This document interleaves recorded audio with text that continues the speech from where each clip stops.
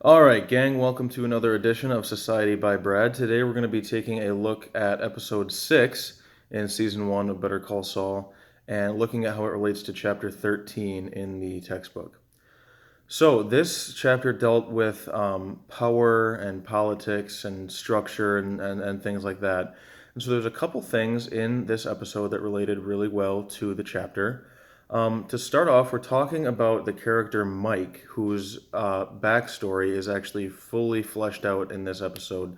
Before this episode, Mike was kind of a minor character and we didn't really know too much about him. But here we find out his whole backstory. So, Mike had a son named Matty back in Philadelphia. Right now, they're in Albuquerque. This is a flashback to Philadelphia. And Matty was a police officer in Philadelphia precinct. But in the precinct, there was a bunch of dirty cops where they would make a drug bust and then take some of the drugs and sell them on the side and make money, or keep the money that they found and kind of turn some in but keep some for themselves. And so the whole precinct was in on it, and they were all dirty cops. And Matty found out about this, and he wanted to start a social movement, not really a social movement, but he wanted to start a movement to challenge the power structure of the precinct, because it started at the top, where the chief of the precinct was in on it, all his guys were in on it, all their guys were in on it. The whole power structure was in on the illegitimate practices. So Matty wanted to challenge that power structure. And he did. He openly would try to fight against it and not take the bribes like the cops did and not take the evidence like the cops did.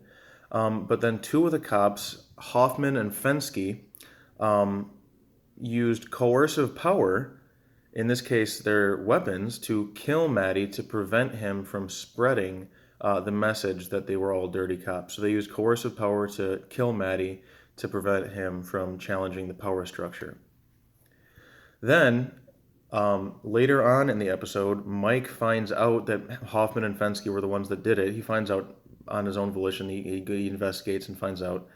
And then he kind of confronts them in a bar and says, "Hey, I know you guys were the ones that did it," in a threatening way. And then he gets drunk in the bar, or so it may seem. He's actually not drunk. He's actually sober, but he's pretending to be drunk. And then Hoffman and Fensky are driving along later that night in their cop car, and they see Mike walking along the side of the street. And they use persuasive power and say, "Hey, Mike, you need a ride? Come on in. We'll give you a ride." They're actually trying to trap him so they can kill him, because now they know that he knows. "Hey, Mike, come on in. We'll give you a ride." And he's like, "No, I'm walking." But then that didn't work, so they used coercive power, walked out, grabbed him physically, and physically coerced him into the cop car. And then the rest of the episode progressed from there.